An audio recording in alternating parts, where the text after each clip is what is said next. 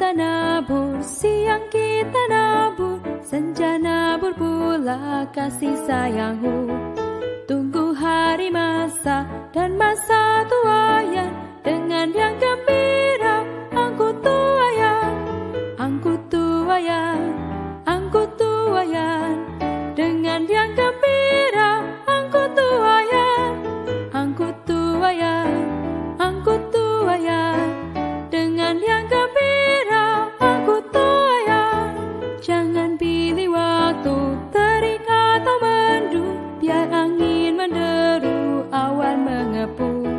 Sejenaklah saja tuayan kan masak, dengan yang gembira angkut tuayan, angkut tuayan, angkut tuayan. Dengan yang gembira angkut tuayan, angkut tuayan, angkut tuayan. Dengan yang gembira angkut tuayan. Bangkitlah segera walau mata lindang, berkorban baginya takkan menyesal.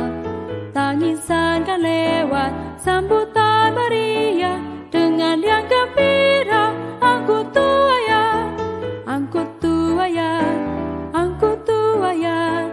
Dengan yang gembira angkut tuayan, angkut tuayan, angkut tuayan.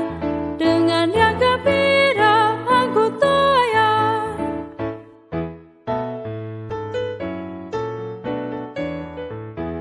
Fajar kita nabur, siang kita nabur, senja nabur pula kasih sayangmu. Tunggu hari masa dan masa tuayan, dengan yang gembira angkut tuayan, angkut tuayan, angkut tuayan. Dengan yang gembira angkut tuayan, angkut tuayan, angkut tuayan. Dengan yang gembira angkut tuayan. Jangan pilih waktu terik atau mendung, biar angin menderu awan mengepung. Sejenaklah saja tuayan kan masak, dengan yang gembira angkut tuayan, angkut tuayan, angkut tuayan. Dengan yang gembira angkut tuayan, angkut tuayan, angkut tuayan. Dengan yang gembira angkut tuayan. Bangkitlah segera walau mata lindang, berkorban baginya takkan menyesal. Tangisan kan lewat, sambutan meriah, dengan yang gembira angkut tuayan, angkut tuayan, angkut tuayan. Dengan yang gembira angkut tuayan, angkut tuayan, angkut tuayan. Dengan yang gembira angkut tuayan.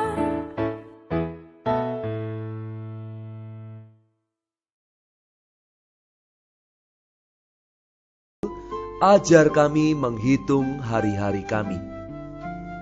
Pembacaan Alkitab kali ini diambil dari kitab Mazmur pasal yang ke-90 ayat yang ke-12.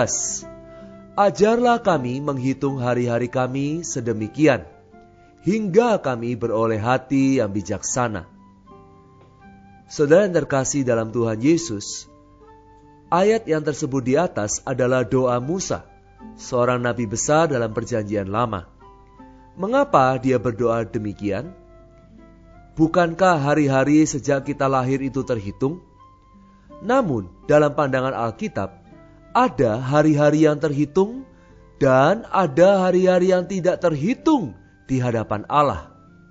Mari kita lihat dua contoh dalam Alkitab. Yang pertama, kita perhatikan catatan silsilah dalam kitab Kejadian pasal 4 dan 5. Kita akan menemukan perbedaan mengenai catatan umur dari dua silsilah keluarga ini. Catatan silsilah Kain sangat ringkas. Umur Kain dan anak cucunya tidak tercatat. Tetapi catatan silsilah Set sangat jelas. Tercatat sekian tahun, lalu memperanakkan. Kemudian hidup sampai sekian tahun, lalu mati, dan seterusnya. Mengapa Alkitab mencatatnya demikian? Dari catatan yang berbeda ini, kita bisa menemukan prinsip perhitungan Allah terhadap hari-hari kita.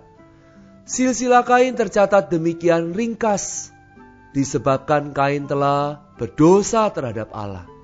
Ia telah menjauhkan diri dari hadapan Allah, tidak memiliki persekutuan dengan Allah. Sebaliknya, catatan silsilah Set tercatat demikian jelas, karena Set seorang yang menggantikan Habel, yang memiliki persekutuan dengan Allah dan diperkenan oleh Allah. Jadi, perhitungan hari-hari kerohanian kita itu berdasarkan keadaan kita di hadapan Allah. Ketika kita menjauhkan diri dari hadapan Allah, kita mati dalam dosa dan pelanggaran kita, maka hari-hari itu sesungguhnya tidak terhitung oleh Allah. Sampai kita bertobat dan berpaling kepada Allah, kembali bersekutu dengan Allah, maka mulai saat itu juga hari-hari kerohanian kita dihitung oleh Allah. Contoh yang kedua, di dalam Alkitab, catatan mengenai sejarah bangsa Israel keluar dari Mesir hingga Raja Salomo mendirikan Bait Allah, ada perbedaan. Kisah Para Rasul pasal 13 ayat 8-12 mencatat bahwa 40 tahun bangsa Israel di padang gurun, 450 tahun dari zaman hakim-hakim hingga zaman Nabi Samuel di tanah Kanaan. 40 tahun lamanya Saul menjadi raja, dan 40 tahun lamanya Daud menjadi raja. Salomo kemudian menggantikan Daud dan mendirikan Bait Allah 3 tahun kemudian. Total keseluruhan waktu dari pembebasan bangsa Israel sampai pembangunan Bait Allah berlangsung selama 573 tahun. Namun, catatan dalam 1 Raja-Raja 6 ayat 1 mencatat, dan terjadilah pada tahun 480 sesudah orang Israel keluar dari tanah Mesir, pada tahun keempat sesudah Salomo menjadi raja atas Israel dalam bulan Siu, yakni bulan yang kedua, maka Salomo mulai mendirikan rumah bagi Tuhan. Di sini tercatat hanya 480 tahun.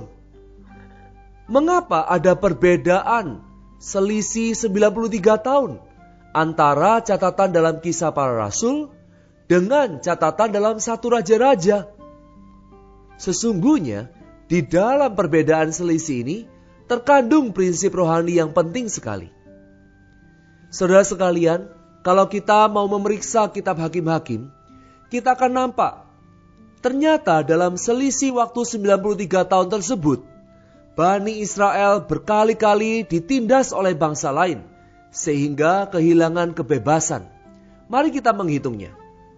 Dalam Hakim-Hakim 3:8 tercatat orang Israel menjadi takluk kepada Kusyan Risataim 8 tahun lamanya.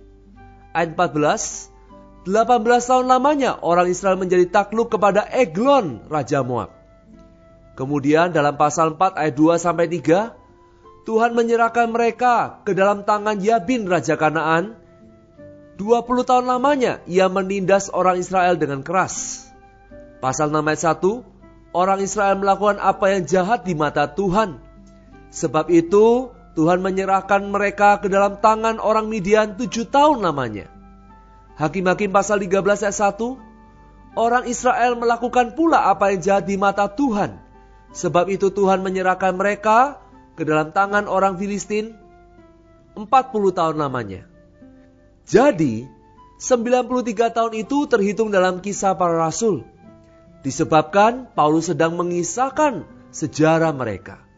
Sedangkan kitab 1 Raja-Raja menitik beratkan keadaan mereka di hadapan Allah. Sebab itu 93 tahun tadi tidak terhitung. Yang terhitung hanya 480 tahun. Bangsa Israel adalah bangsa milik Allah.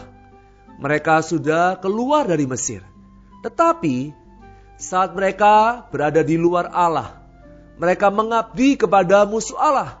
Itulah saat-saat yang hilang, hari-hari yang tidak dapat terhitung di hadapan Allah.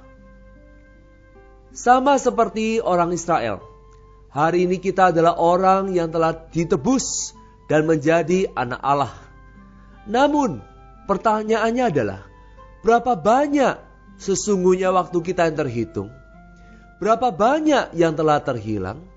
Berapa banyak yang kita lalui dengan sembarangan dan sia-sia? Melalui firman ini kita harus tahu bahwa hari-hari yang kita lalui menurut kemauan diri sendiri, hari-hari yang menjauhi Allah adalah hari-hari yang gagal, hari-hari yang jatuh, dan itu tidak terhitung di hadapan Allah. Hari-hari yang tanpa persekutuan dengan Allah adalah hari-hari yang tidak terhitung oleh Allah. Saudara-saudari, marilah kita tidak menyia-nyiakan waktu kita.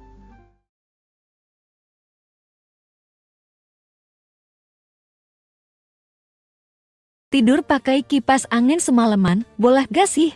Lagi panas begini, boleh gak sih tidur pakai kipas angin yang dinyalakan semalaman? Tidur dengan kipas angin sebenarnya tidak ada masalah sama sekali. Tapi jika kondisi ruangannya tertutup atau tidak ada ventilasi, dapat meningkatkan beberapa resiko penyakit. Contohnya yaitu karena sirkulasi tertutup, biasanya debu akan terangkat dari permukaan sehingga menyebabkan resiko seperti asma, riwayat alergi, dan juga hidung tersumbat yang meningkat.